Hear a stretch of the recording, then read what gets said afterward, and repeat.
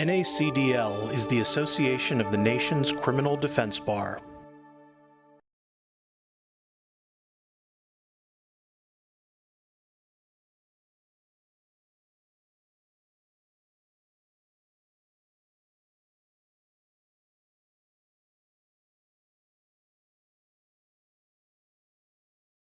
For those of us who have tried lots of drug cases, we all know that cross-examination is probably the most important trial skill that you're gonna have.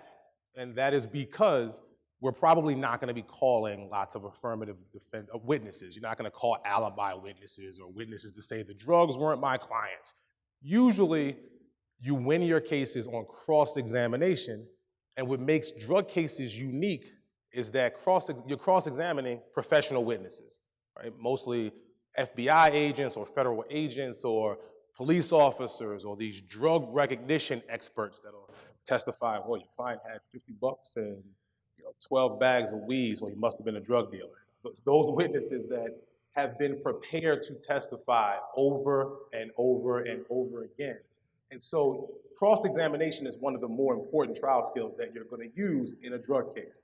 So today we're going to talk about cross and impeachment, and I don't mean this to be a one-sided lecture. I don't want to stand up in a room full of lawyers and just bark for an hour and a half. And so if you disagree with me, if you have a comment, question, please chime in at any time. I want this to be as interactive as possible. Here's an outline of the presentation. We're going to start with the basics. At the very end, we'll get to some more practice tips. And we'll go through the nuts and bolts of how to structure a cross-examination specifically as it relates to a drug case. So part one, is cross-examination a science or is it an art? There are some people that will tell you that, well, cross-examination is a science. There are methods that you must use every time you write out and every time you execute a cross-examination. That is the science of cross-examination. There are many people that will tell you this is a science. There are some other people that will tell you, no, it's an art form. Every lawyer is different. Every lawyer has a different personality, and during cross-examination, that is a time where all attention should be on you, and you can let your personality shine. And so it's really an art form because every lawyer is unique. Then there are other people that will tell you good cross-examination, they're just born with it, right? They're just very good at what they do. They were born to be trial lawyers. Whether you believe it's a science or if you believe it's an art, do not believe the last of these three things. Nobody is just born with it. Nobody. I make it my business to stalk great trial lawyers. I literally have stalked them all across this country. All of them will tell you the same thing. Prepare, prepare, prepare. No one has ever told me that good cross-examiners are just born with it. My personal opinion is that it's a combination of the two. Cross-examination is a scientific art. And this quote, I wish I could take credit for it, but I cannot. It comes from Pazzo and Dodd. But the point is, good trial lawyers follow the science. They follow the tried and true methods of preparing and executing a cross-examination. And when you follow the science, then you can let your personality shine. Then whoever you are, that comes out because you already have the basics down. So today we're going to start with the basics. Step one, before you even put pen to paper and start writing out your cross-examination, the very first step is identifying your theory of the case. You have to have one before you even start preparing your theory of the case. Now, what is it? When I was the training director at PDS, I used to ask the new lawyers, tell me your theory of the case. And they would come into my office and they would sit down.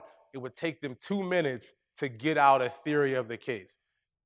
If you can't explain your theory in 2, maybe 3 sentences, you don't have a theory of the case. It needs to be short and concise. If you can't walk, this is my test, this is my personal litmus test. I walk into my neighborhood barbershop. If I can't explain it to my barber, in a very short period of time, I don't have a theory. You must be able to explain it to someone that is not a lawyer quickly, otherwise you don't have one. Cross-examination is nothing more than an opportunity to advance your theory of the case. So what are some common theories in drug cases? So one of them is simple possession. We call it trying it down, right? So a good example is Avon Barksdale, he just possessed the heroin for personal use. He did not intend to distribute it. So obviously this is a PID case, a possession with intent to distribute case, and your theory is you're trying it down as simple possession. It wasn't a felony, he wasn't selling drugs. This heroin was for Avon's personal use. Another one, in a conspiracy case, for those of us that do these big conspiracy cases or these annoying conspiracy cases, another common theory is, well, Avon did not agree with Stringer Bell to distribute the heroin. Therefore, he's not guilty of conspiracy because he never agreed to sell any heroin. Right? That's another example of a very common theory in a drug case. Another theory is, well, the drugs just weren't my clients. Right? There were 10 keys, but the 10 keys did not belong to Avon. He never exercised any control over this heroin, and he did not intend to distribute it. These are some of the more common theories in drug cases. Obviously, there are others, but these three are very common. Simple possession, no agreement, or the drugs just weren't my clients. So the only reason that you cross-examine a witness is to advance your theory of the case. So sometimes you're trying to highlight the helpful facts. Sometimes you're attacking the witness's credibility. Other times you are debunking harmful facts. Obviously not necessarily in that order. But do not cross-examine for no reason. There are very few things that I feel this strongly about. But there are some people that say you have to cross-examine every witness. I do not see the utility in that at all. You only cross-examine a witness if it advances your theory of the case. One of the most powerful cross-examinations is to get up, no questions, and sit down. It shows the fact finder, it shows your jury that this bozo didn't even hurt you. Right? Now, pre-trial, some of us may have made a big deal out of calling in the chemist, right? Because we have a right to cross-examine the chemist. And then when the government puts on this boring testimony, they got the chemist up there, and you're not challenging whether it was actually heroin that was recovered. You stand up and you look at the jury as if this was a foolish exercise. No questions. And you sit down, right? But the point is, do not cross-examine for no reason. Only cross a witness if it advances your theory of the case. The worst that I've ever seen, and again, I stalk good trial lawyers, I oftentimes just watch trials if I have the time. I have less time now in private practice, but when I was at PDS, especially for the first couple of years, I would just go and watch trials just to watch, because you can learn from great trial lawyers, you can learn from bad trial lawyers. The worst that I saw were the trial lawyers that would just stand up and repeat the direct sarcastically, as if somehow their tone of voice is winning the day or carrying the day. So you're saying you found the drugs in Avon's car? Yes. And it really doesn't get you anywhere. Only cross if it advances your theory. Do not repeat the direct examination. No matter how sarcastic you are, no matter how hilarious you are at a bar, it does not come across well in front of a jury.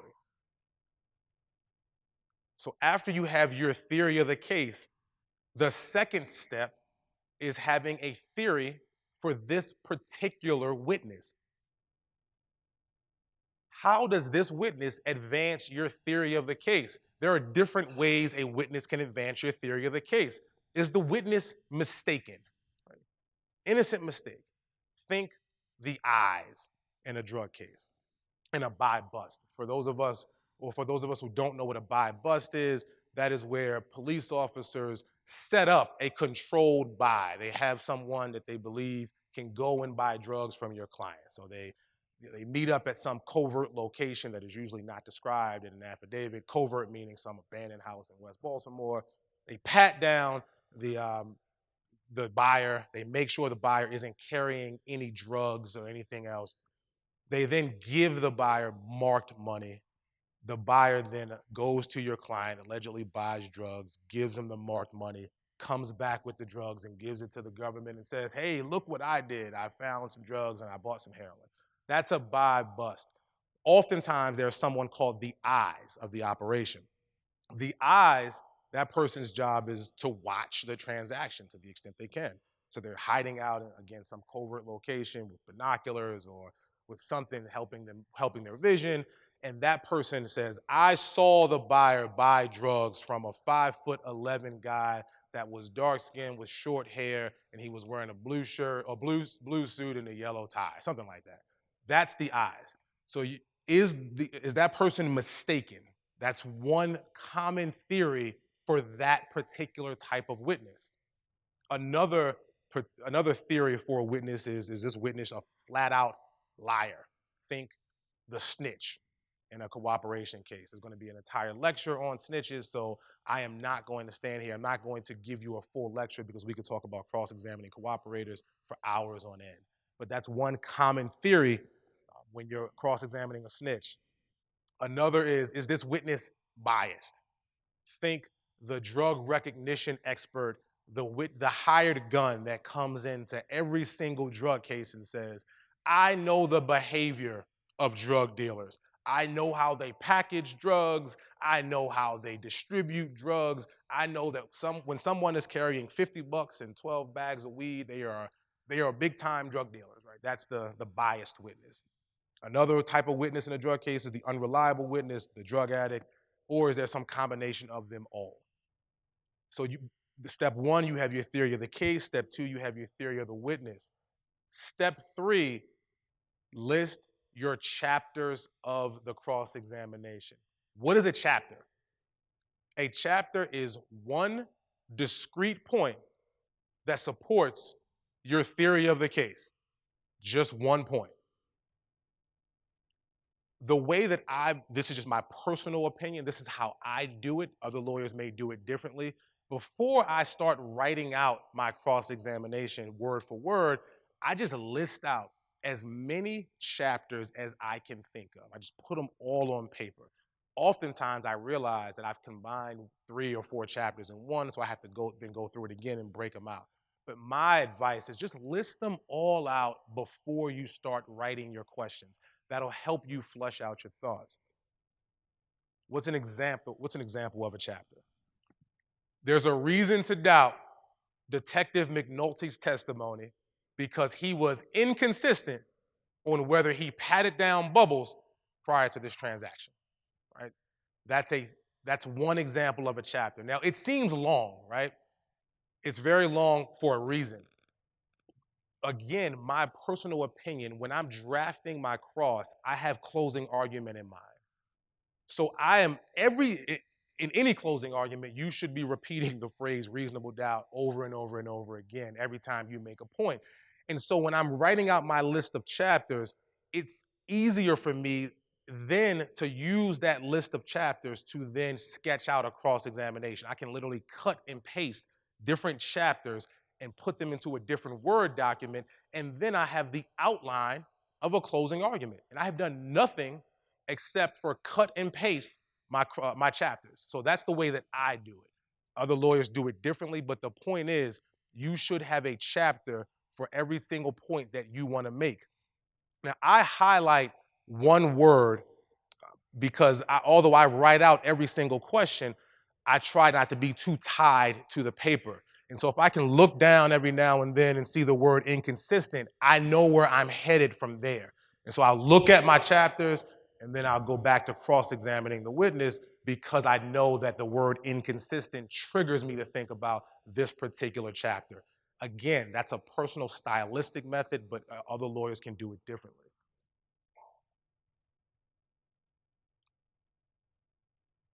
So now that you've got your chapters, now you're to the point where you're writing out your questions. Now, I know that I haven't been practicing that long. I'm in my 12th year.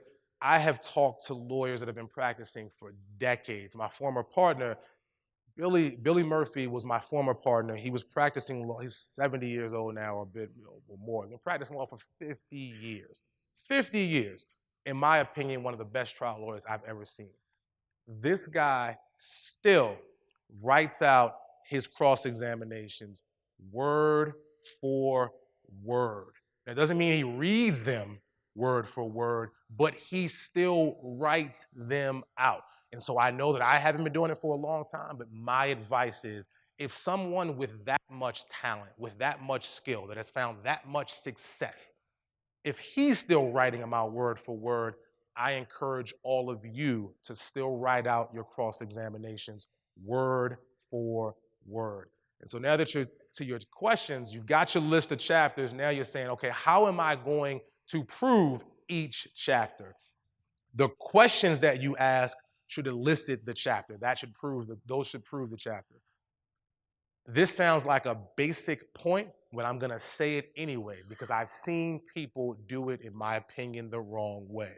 Cross-examination should be leading questions only.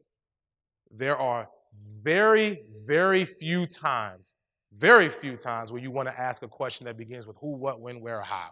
You definitely don't want to do it in a drug case. Can you imagine asking an FBI agent that has been doing this for 7 years?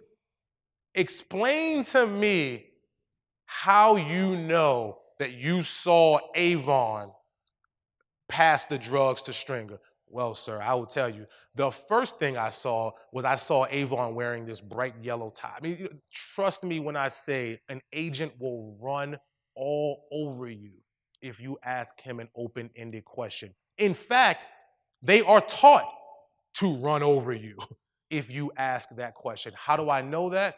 I teach a class at Maryland with a federal prosecutor. We purposefully teach it together because we have different perspectives and we try to give the students a balanced perspective. And we frequently disagree on almost everything. But I learned one thing, well, a few different things, because we have agents come in and do mock testimony, et cetera. They are prepped very well. They recognize when a new lawyer is up there asking open-ended questions, and they are taught to keep talking. Don't give them the opportunity. Leading questions only. There are some scenarios, and I suspect that you'll get there when you're talking about cross-examining a cooperator. There are some very limited scenarios where you can ask an open-ended question. I do not advocate for it very frequently at all. A leading question is not a question at all. It's just a statement, and you just put a question mark at the end of it. There are a lot of judges that get annoyed with it. Oh, well, until the judge shuts you down, keep asking leading questions. The person you saw was not wearing a tie. And when the witness says, is that a question, sir? Yes, it was. The person you saw wasn't wearing a tie. It's just that simple. It's a statement, and you're putting a question mark at the end of it. So a leading question is not really a question at all. It is a factual statement. If you take away nothing from this lecture today, nothing, if you don't remember anything I said, remember this. Delete the word remember from your vocabulary. Recall, delete it as well. There's only one reason to use the word remember or recall or anything like that. And that one reason is if you want the witness to say, I don't recall. If and when you use the word remember, and if you ask a professional witness, do you remember X? I promise you, the professional witness will say, I actually know I don't remember, counsel. Do not use this word at all.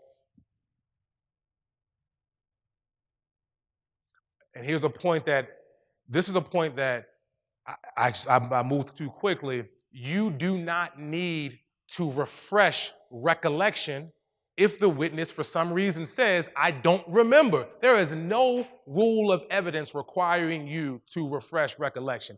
If and when the witness says, I don't remember, impeach the witness. There's no rule. I've never seen a case, and I primarily practice in DC and in Maryland, and also in federal court. I have never seen any case or any rule in any jurisdiction that requires you to refresh recollection when a witness says, I don't remember. Just go directly to impeachment. You are controlling the show. So if you have for some reason lost control over the witness and the witness says, I don't remember, impeach the witness. Again, you will lose control over the witness if you use the word remember. Now, I'm going to show you an example of how you could lose control over a witness. This happened in a deposition, but the point is the same. The point is, if you use the word remember or recall, it will give the witness a chance to run all over you. So when you're asking your questions, one new fact per question. That helps you for a few different reasons. And I know it sounds basic, but that helps you for a few different reasons. If and when you are introducing too many different facts in a question, if you ask the question, the man that you saw was wearing a yellow tie and a blue suit, the answer could be yellow tie, but gray suit. Right? So one new fact per question. The man that you saw that handed something to Stringer Bell was wearing a yellow tie. Yes.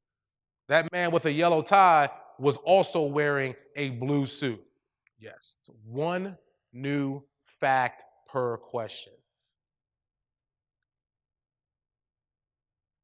Conclusions are debatable.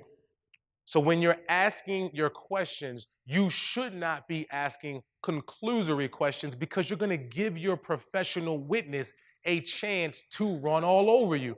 Here is the question that I hate to hear in a buy-bust case, especially at the end of a chapter. Right? So you've gone through a fantastic chapter, and at the very end, you ask some question, and you really didn't get a good look at the guy that handed something to Stringer Bell. That's debatable. Right? Whether this witness got a good look or not, that's the witness's opinion. You should be asking factual questions, and we're going to get to those factual questions in a minute. Do not ask conclusory questions because if and when you do, your professional witness, your FBI agent, your state police officer will run all over you. Here's the best example. Or an example. So your theory of the case is that Bodie really didn't even sell any drugs. He didn't sell any heroin to Bubbles, right? Bubbles is just trying to save himself because Bubbles was charged with possession of heroin. That's your theory of the case. Bodie didn't sell any drugs. Bubbles is lying because Bubbles is trying to save himself. So now your chapter, this is the chapter. There's a reason to doubt that Bodie gave Bubbles the heroin because he's unsure which cop searched him prior to this encounter with Bodie. Now, we already talked about what a buy-bust is, right? This is again where the police pat down the buyer to make sure the buyer isn't carrying any drugs prior to this encounter. So when you're cross-examining, now you're cross-examining the cooperator or the snitch or the buyer, and this particular buyer has no idea which officer patted him down. How do you know that? You have some kind of grand jury testimony telling you that. And so that's your chapter here. He's unsure which cop searched him prior to the encounter. So an example of the questions that you would ask are here. So on July 4th, around 4 o'clock, you gave Detective Greggs 3 grams of heroin. There were 2 other officers with Detective Greggs. Yes. Officer McNulty was one of them. Yes. Detective Herc was another one. Yes. And prior to you giving Detective Greggs the heroin, you can't tell us that Detective Greggs searched you. No, I don't know if Detective Greggs searched me. Prior to you giving Detective Greggs the heroin, you can't tell us that McNulty searched you. No, I don't know if McNulty searched me either. Prior to you giving Detective Greggs the heroin, you can't tell us that Detective Herc searched you, right? Right, I don't know. So that's just an example of the types of questions that you would ask to get to the point. The point is he's unsure which officer searched him. I would not ask that initial question. You want to show, don't tell. That's part of the art form of cross-examination. You are showing the fact finder that this particular witness has no idea who searched him. Don't tell them, show it. Now, there is a very limited exception to the show, don't tell rule, and that is if you are 100% sure you've got the goods. 100% sure. And that doesn't happen very often in our criminal cases, as we know, especially in drug cases. But if you are sure that you've got the goods, then you can start your chapter with the conclusory question, right? So you start off the chapter with a question such as, well, you didn't really get a good look at the person's face who shook hands with Michael. You know good and well that you're going to get a horrible answer to that question. The witness is probably going to say something like, I did get a good look, or yeah, I'm sure I got a good look. I got a decent look. So I put it in red because of that question, you're going to get a bad answer to it. But you have grand jury testimony and you've got the goods on this witness. So you ask that question at the beginning, signaling to your fact finder that you're going to prove it in a minute. Right? So you ask a question, you get a bad answer, but you can prove it pretty quickly, and you do with these types of questions. All right, so the first one, you didn't really get a good look. Counsel, I did. I got a very good look at your client. I saw your client pretty clearly. All right, well, detective, it was pitch black outside. Yes. Now, how do we know that? Again, you have the goods. The only reason you're asking these questions is because you have the goods. It's on page 5, lines 12 through 13 of the grand jury transcript. So it's pitch black, yes. Street lights were broken, yes. You were half a block away. The person's back was towards you, right? The person or the shooter or the drug dealer or whoever it was wearing a mask, whatever. The point is you have got the goods, right? That's the only reason you would ask that question in red. Otherwise, don't ask the question.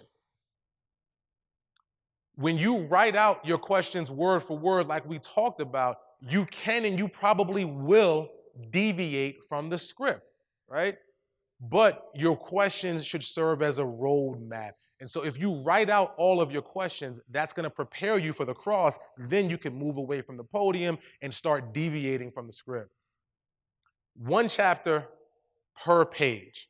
This is another personal opinion, but I found it to be very helpful. And that is because I've never tried a case where everything just fell into place and I predicted everything perfectly and everything went according to plan. Shit happens in trial. If and when it does, if you can quickly reorganize your cross, you're in better shape. And so, for example, if you've got a savvy prosecutor, and the savvy prosecutor took the wind out of your sails with their last point on direct examination. So your first chapter, you were going to come and nail this particular witness on whether the witness got a good look at the dealer. But then the prosecutor kind of took the wind out of your sails, and so you don't want to start there because it doesn't seem like a good place to start anymore.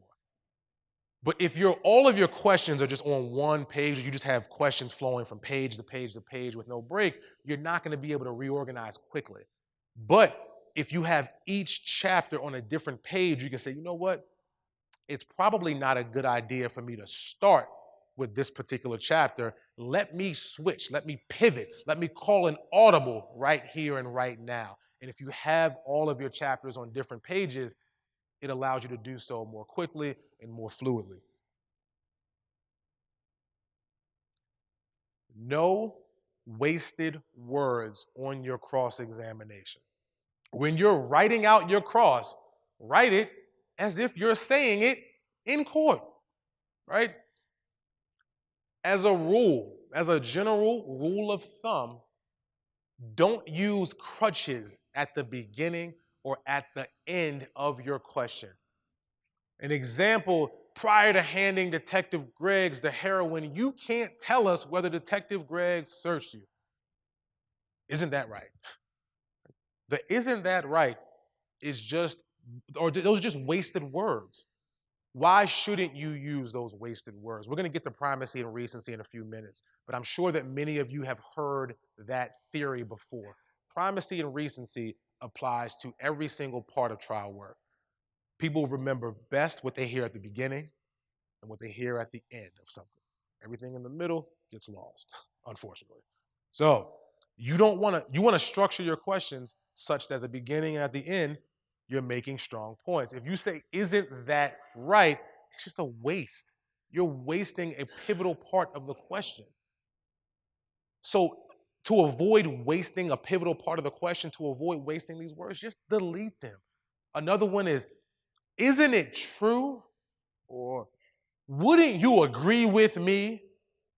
These are things that I have heard time, and we all fall into it, right? It's easy to fall into it because we get a little nervous, or the witness is trying to run all over us, or the witness is beating us up a bit and we didn't expect some of these answers, and so we start using crutches. Or here's the one that gets me sometimes. The judge is being a jerk and the judge, counsel, those aren't questions. Keep plugging along. It's not a popularity contest. You're not there to make friends. Keep plugging along. I've had very few judges that force me, now some, but very few force me to put these crutches at the beginning and at the end of a sentence or at the end. And if they do, fine, but don't make it easy on them. Start off at the beginning with strong, straightforward questions. Here's the exception. There's always an exception to the rule. As attorneys, as defense attorneys, we know that. There's always some exception, right? And the exception is if you are setting up an impeachment. If you know that you are about to go into an impeachment, you can and should use words that signal that an impeachment is coming.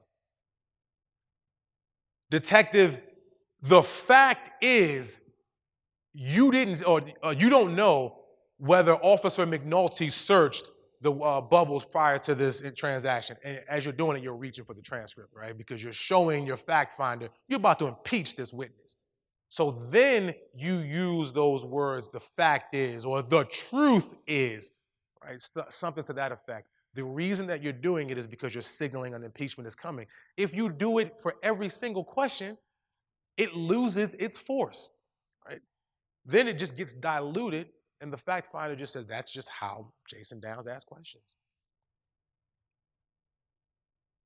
We touched on this briefly. You saw in my example before that I had the page number, et cetera, at the end of each question. There is no substitute for hard work. It's annoying, right? Trial work sucks when you're preparing for the trial. The trial itself is actually usually pretty fun. But the trial prep is tedious, it's time consuming. You can and should write the source for every single question. Every single question, no exception. Why? Because you can't really predict when you're gonna need to impeach a witness. I wish I could, but you can't. The worst thing, the most annoying thing is to be up in the middle of your flow and the witness gives you an answer you weren't expecting. You're like, damn, now I have to go find where the witness said it. You gotta take 2 or 3 minutes. You're fumbling around with the grand jury. No. The way to avoid that is putting in the work up front. Write out the source for every question, whether it's grand jury testimony whether it's a defense statement, whether it's another witness, or whether you don't have a source for that particular question, which you should, but in limited exceptions, you may not have a source, but you should know that. You shouldn't have to guess in the middle of trial. Write it out at the beginning. As you're preparing, it will save you heartache in the middle of trial. So now we're going to talk about impeachment.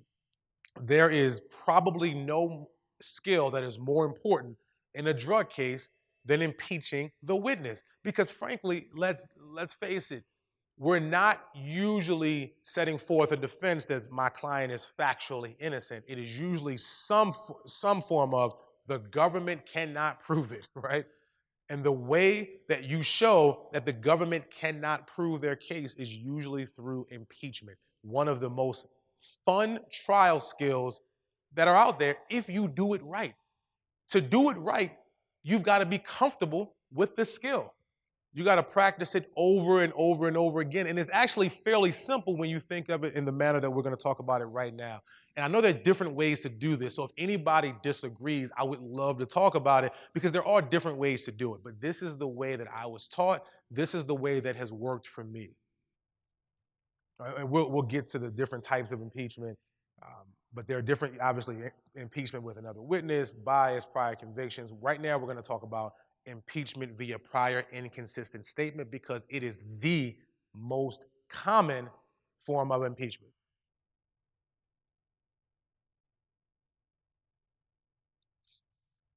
Write out the impeachments that you hope for. Right? We talked about writing out each question. Don't just assume that you're going to be able to do. It doesn't matter how long you've been practicing. Write it out. It will make you more comfortable when you do it. In reality, we just talked about this. You've got to be prepared to impeach at the drop of a dime, and that is why you source every single question. These are the basics here. This is how you do it. Confirm, confront, complete. That's simple. The triple C method of impeachment. Confirm, confront, complete. So what do you do when you confirm? You are clearly establishing the testimony that is going to be impeached. So here's an example of a way to confirm. So here you've got an affidavit in support of a search warrant. The affidavit says something to the effect of Detective Greggs searched the CI prior to the CI entering the residence. Right? That's something to the effect of that. Right? That's what your affidavit says. So when you're setting up your impeachment, we're using the language we talked about a few minutes ago, the language to signal that the impeachment is coming. So today, you're claiming that you searched actually use the exact language. Use the exact language from the affidavit. So excuse me, let me do that again, because when you use the exact language, it'll make your job easier later. So you say, today, you are claiming that you searched CI 410 prior to CI 410 entering the alley or the residence or whatever it is, right? So today you're claiming, and that language, usually that's a wasted word, usually, but you're signaling that an impeachment is coming. So now you're confronting the witness with the prior inconsistent statement. So you've already confirmed it. Now you're confronting the witness. Now the method through which you confront the witness depends on your goal. Are you trying to say that the first statement was true? Or are you trying to say that neither version is true and the witness is just a liar? What's your goal? Those are two different goals. You have to know the goal prior to you starting the impeachment.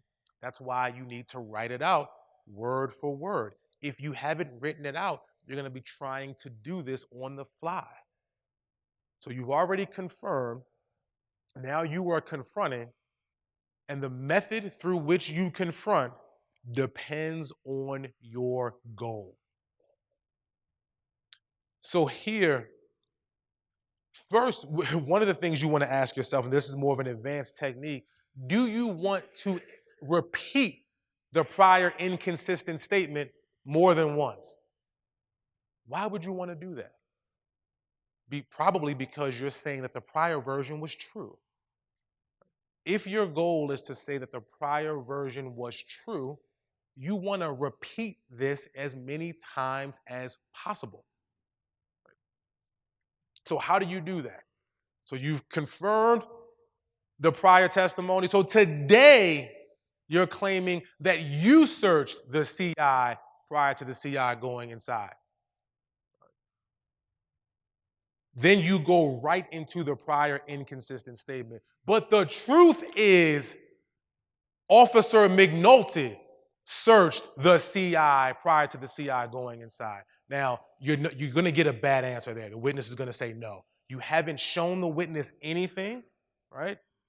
So you're going to get a bad answer, but you say it, and then we're going to talk about how to prove it in a second. But you have said what you want the jury to hear because you are saying that the prior version is true. Now, why would you want to say the prior version is true?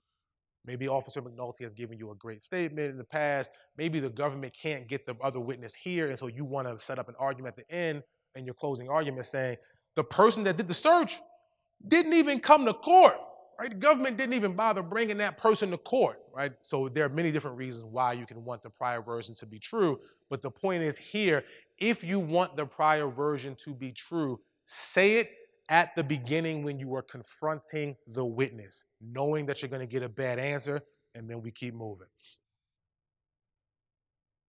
So here's the written out example. So you've got the statement, you've got the affidavit. Today you're claiming that you searched the CI.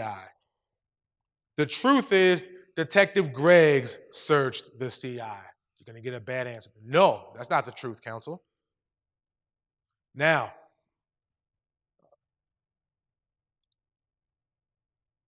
let's say if you're saying that the prior version was true, you're going to need to build up the indicia of truth. Everything that shows that the prior affidavit was true. Now, how do you do that? You take it step by step. Well, you wrote out an affidavit in support of a search warrant. Yes, I did. When you wrote that affidavit, you wrote it under oath. Yes. You were under the same oath that you're under today. Oath to tell the truth. Yes. The truth that you were going to tell to a judge, right? Yes. You were giving that affidavit to a judge, correct? Yes. And of course, you wouldn't lie to a judge. Absolutely not, counsel. I would never lie to a judge. And when you wrote that affidavit, that was 3 hours after you made the observations. Yes. So why are you saying that? Because you're saying that this statement was made closer in time.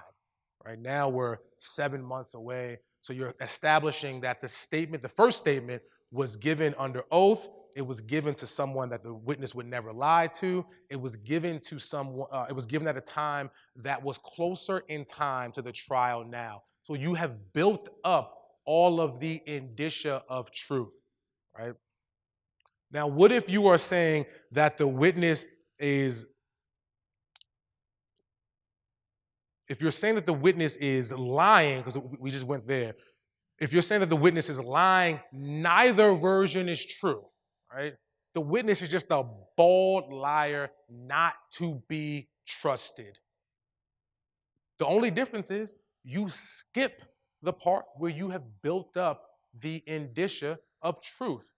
Here, you go straight into the statement. You don't say, well, you were under oath, you were writing this to a judge, you were closer in time. You skip all of those questions showing that the prior statement was true, and you go right to the statement that was the prior inconsistent statement.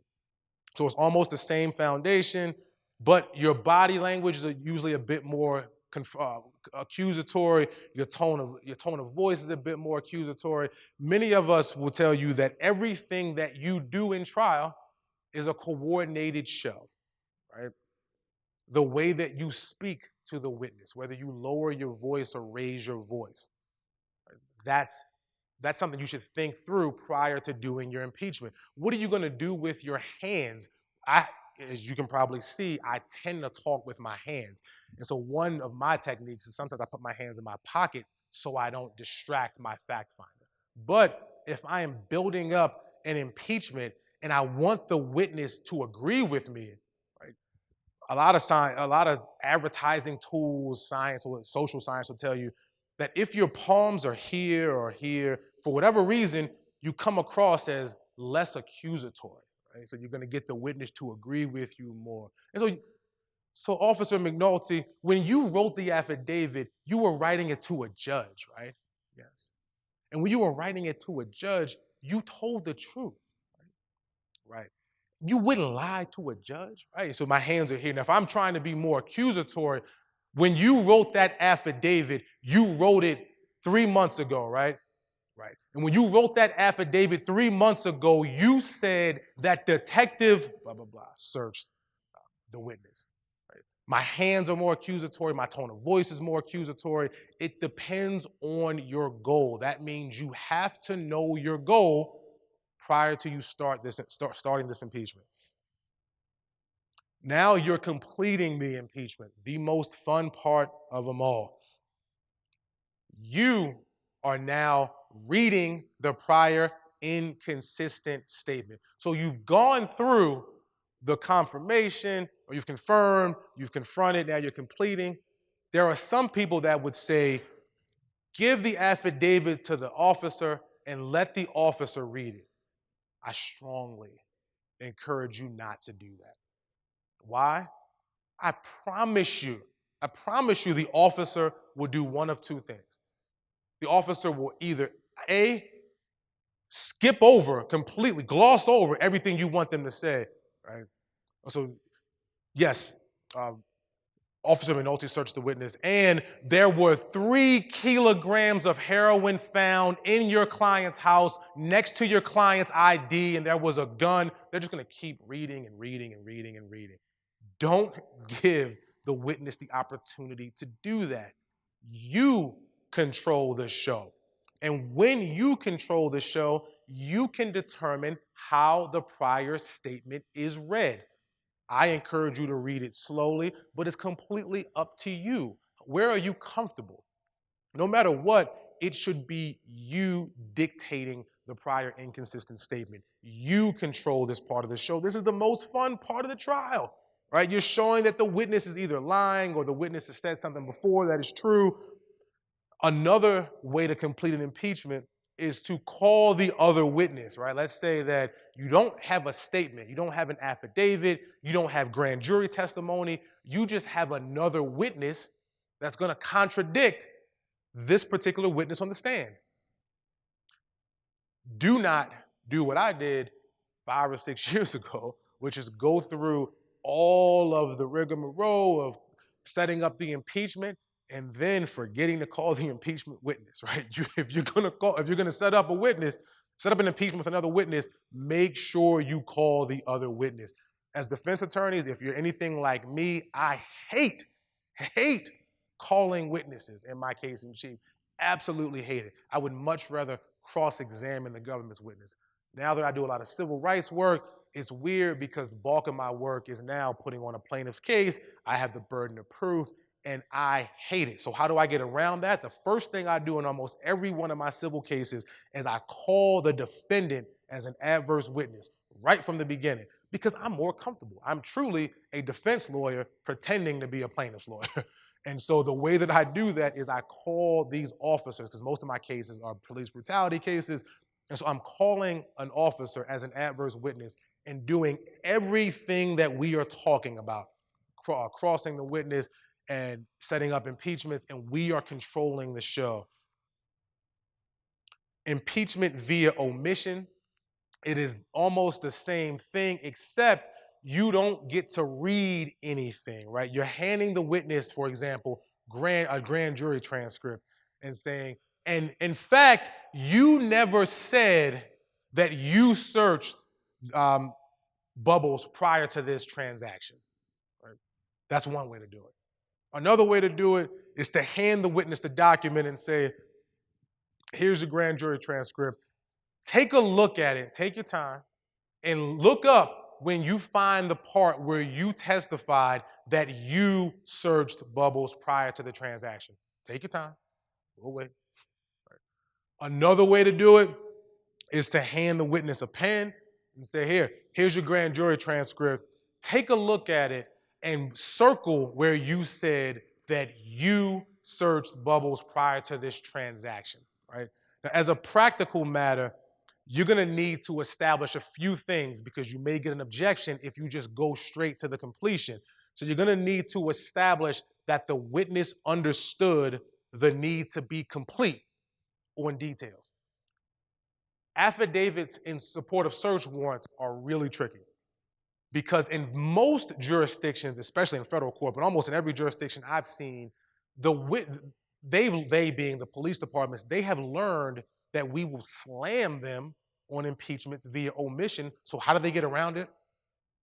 Early in the affidavit is some version of, this is not a complete recitation of every single fact known to the affiant. This just represents some of what we know because they know that we are going to slam them with these things. So how do we get around it? What do we do about it? Well, you start by pointing out all of the innocuous details that they put in these affidavits, right? So they put in stuff like the house was a red brick house with, there were numbers affixed to the house that were in black. And so Detective McNulty, when you wrote the affidavit, you wrote out the details that you thought were important. Yeah, right? You didn't write out every detail, no. The ones you thought were important, yes. And you thought it was important to tell the judge that the house was brick, yes. You thought it was important to tell the judge the house was red brick. Yes. But you did not at any point in your affidavit say that you searched the Bubbles prior to this transaction. That's how you get around that point. Look for the innocuous nonsense they put in all of these affidavits and point it out to your fact finder, because then you're juxtaposing the foolishness that they put in there with the important critical detail that they left out. The critical detail being that what officer patted down this drug addict prior to this drug addict going and claiming to buy drugs from your client. You're going to need to establish that the document or the report or the affidavit was an appropriate place to put this detail in. And so again, the question there was, were you told the judge the things that you thought were important for the judge to consider? Yes. Whatever the document is. This is key as well. You got to think through this prior. You don't want to be up there impeaching via omission and the witness says, well, I just learned this fact today. And so you need, or 3 months ago, or after I wrote this affidavit, or after such and such. You need to establish that the witness knew the particular fact at the time the witness made the prior statement. As a practical matter, you're probably going to be using a grand jury transcript or some defense statement, right? What that means is you're going to need to establish that there was a question that was asked that would have elicited that particular answer. There are very few judges that are going to allow you to hand a witness a 100-page transcript and say, go through it and find where you made this statement.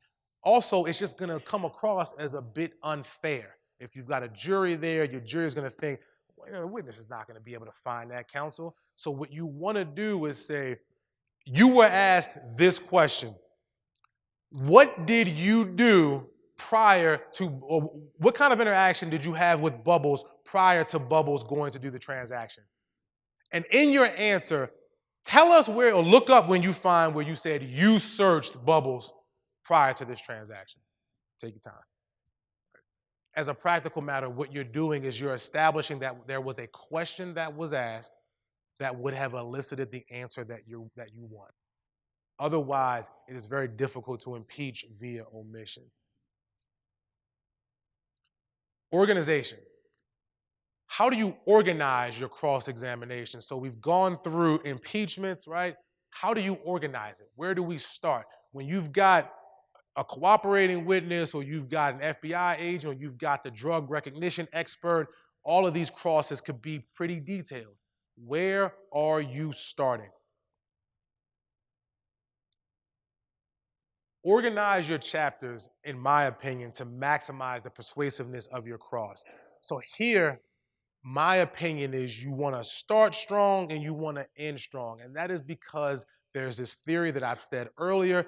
It did not come from me. This is a time-tested theory. It is used in million and multi-million dollar advertising campaigns, primacy and recency. I cannot say it enough. It applies in every aspect of trial work, especially cross-examination.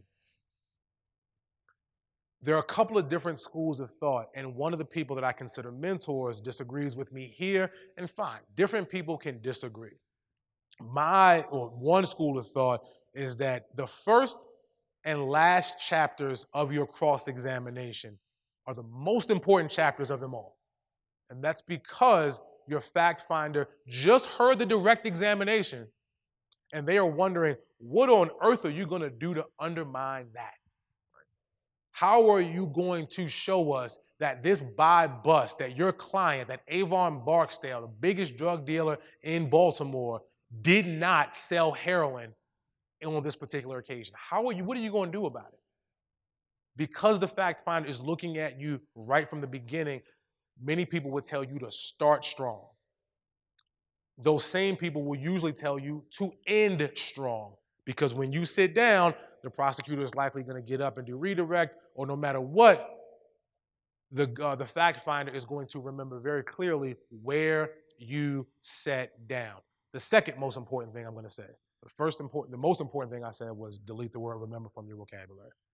The second most important thing is do not sit down on an objection, right? For whatever reason, if you are sitting down on an objection, it usually makes you look like you do not have control over the situation. And cross-examination is your opportunity to show that you are in control. And so I encourage you not to sit down on an objection. Sit down on a strong point. This requires you to plan in advance, right? You've got to know what your last chapter is, and it should be one of your strongest chapters. There's another school of thought, and this is a guy that I consider a mentor. I tried three fairly big felony trials with him. Fantastic lawyer. I just went to watch him do a trial 3 weeks ago. He disagrees with me. He says that your first chapter should be non-confrontational, right? You kind of ease your way in, get your feet wet, and then you end strong. Notice that whatever school of thought you follow, you're ending strong. Right? There's no school of thought that says you end on a weak chapter. None. Every single school of thought says you end on a strong chapter. The only question is, where do you start? Do you start on non-controversial items? If there's you probably know my opinion by now, but there is an exception. If you are cross-examining, child witnesses, mentally handicapped witnesses, crying witnesses, usually these aren't even witnesses in drug cases, right? In your drug cases, you're cross-examining professional witnesses and snitches. You're not usually cross-examining child or crying witnesses, etc. But if you are, and you find yourself cross-examining a crying witness, you may want to start with a non-controversial item, because you may not want to look like you're beating up on the witness right from the beginning. Now, that very, very much depends on what your theory of the witness is. Remember step 2? Step 2 was, what's your theory of the witness? If your theory of the witness is that the witness is simply mistaken, then you may not want to start off beating up the witness, because the witness is just mistaken. But if your theory of the case is that this witness is a your theory of the witness is that this witness is a flat-out liar, then you can start strong, no matter what. I mean, this does not necessarily apply in drug cases, but I did have one out of the many that I've tried, where there was a cooperating witness that she was, a 19-year-old girl, very, very attractive, very compelling, very, she did very well in high school, very smart. She was crying, etc. And you would think that I would start slow with her because you don't want to beat up the witness right up front. But my theory of this particular witness was that she was a lying person. And so, because my theory was that she was lying, I started right in. And the goal was to show the witness, show the fact finder right from the beginning that this witness was being untruthful. And so that takes me back to the very beginning. You have to know your theory of the witness in order to determine where you are starting, right? Primacy and recency. How are you going to organize your cross-examination? So now we're just going to end off with a few different practice tips. We're in the home stretch. If you have any questions here, I encourage you to let me know. Now, we talked about structuring a cross-examination. We talked about the nuts and bolts of cross-examinations and impeachments. Now we're just going to talk about a few different practice tips that I incorporate in pretty much every case, especially drug cases, one of which is triples, right? This is, again, not unique to being a trial lawyer. This is something that is used in advertising, etc. When you're using triples, I would encourage you to use them sparingly. Don't overuse them. But an example of a triple is this. Well, sir, you made a deal, right? And you made a deal to avoid being convicted of conspiracy to distribute heroin. You made a deal to avoid doing 10 years, right? Or whatever the triple is. But the triple is you made a deal to avoid being convicted, you made a deal to avoid going to prison, right? That's an example of a triple.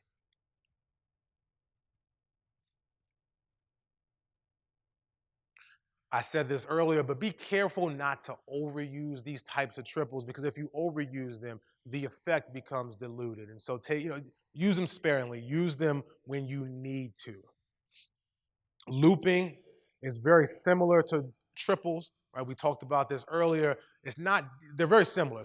So you saw, this is the buy bus case. The man you saw was tall. And the tall man you saw was wearing a hoodie. The tall man that was wearing a hoodie, you were never face to face with him, right? That's another example of looping in the prior answer into your next question. That's also an example of how to introduce a new fact into every single question. So we talked earlier about one fact per question. So you've elicited the fact that the guy was tall, and then you keep using that in your next question. So you still one fact per question, but now the question is getting a bit more complex. Again, be careful not to overuse. Avoid the temptation of asking the one question too many. Many of us have been here before. We're getting into a rhythm, right? Beating the witness down.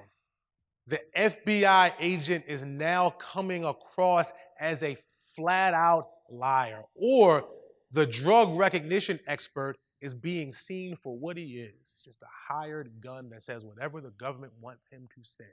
So you're getting into the groove, right? You've got your cross down, and then at the very end, you ask that question. And so you really didn't see the face of the tall guy that was wearing a hoodie. Well, actually, counsel, I did see his face. So what you just did is you undid all of the hard work that you did previously. Remember earlier where I had that question written in red? And I said, if you are going to ask it, know that you're going to get a bad answer. And if you're going to get that bad answer, do it up front. Do it early in the cross. Do it at the very beginning of that particular chapter, so then you can ask a bunch of questions to prove it, right? So you didn't really see the guy's face. Well, counsel, yes, I did. Then you go into, it was dark outside, right? The street lights were broken. You were a half a block away. The guy didn't have his back, or the guy had his back to you, right? So then you just proved the point that you wanted to make. Don't do it in the reverse. Don't prove your point. Do a fantastic job of proving your point, and then you ask the one question too many. That is a problem that persists from whether you're a new lawyer or whether you've been doing this for 20, 30 years. If we get into the groove, we got to resist that temptation. This is another quote I wish I could take credit for, but I cannot. You're hitting singles and doubles, right? You're not hitting home runs. As soon as you start swinging for the fences, hitting home runs, you will strike out. Singles and doubles for trial work. Cross-examination is about you, right? You should be doing 90% of the talking. I think Mark did a presentation yesterday, a fantastic presentation about voir dire. His presentation, at one point he said the panelist or the potential juror should be doing most of the talking. That is absolutely true in voir dire because you're gathering information about your prospective juror, right? Cross-examination is the exact opposite. You are spoon-feeding the jury the information you want them to have, and every now and then the witness interjects with a yes or no, right? But the show is about you. You are doing the talking. You are providing the information. The witness is just merely there as a prop. Another common mistake, especially because we get busy, right? All of us are busy. We all have heavy caseloads. And so whether we're public defenders or in private practice, our time is limited. However, you have to go out of your way to do the little things, the basics. Basics win trials, right? There's no need to make this any more complicated than it is. One of the basics is make sure that you have multiple copies of all the documents that you plan to use. I know it sounds like it's a basic thing, but it's one of those things that makes you come across as the most prepared person in the courtroom. If you're about to impeach the witness and you say, you gave the government a copy of the grand jury transcript, Judge, would you like a copy? No, usually the judges don't want one, but if you offer it to them, it makes you come across as the most prepared person. Every now and then, the judge may be entertained and actually want a copy, right? But it shows your fact finder that you are in control of this courtroom, that you are the most prepared person when you come in with multiple copies. Here's an example of me not following my own advice. I came here 10 or 15 minutes early and did not ensure that my Lil Wayne clip worked, which I'm still disappointed on. But that being said, it's easier here because no one's life is on the line. This is just me talking.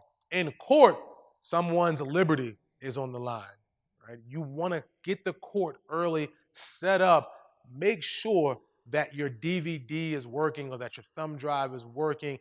I know that people say millennials are supposed to be the most technologically savvy people. I am technically a millennial, and I am not technologically savvy at all. And so I always show up to court and make sure that whatever is working. And now that I'm in private practice, I'm in different courthouses all over the place. I got cases in all kinds of jurisdictions. And so I don't know the courthouses as well. I don't know the clerks as well. And so you have to show up early. Make sure that whatever you need, whether you're using a DVD of the witness's prior statement, make sure that it's working in advance. Here's another fun practice tip for cross-examination. The show is about you, so get away from the podium.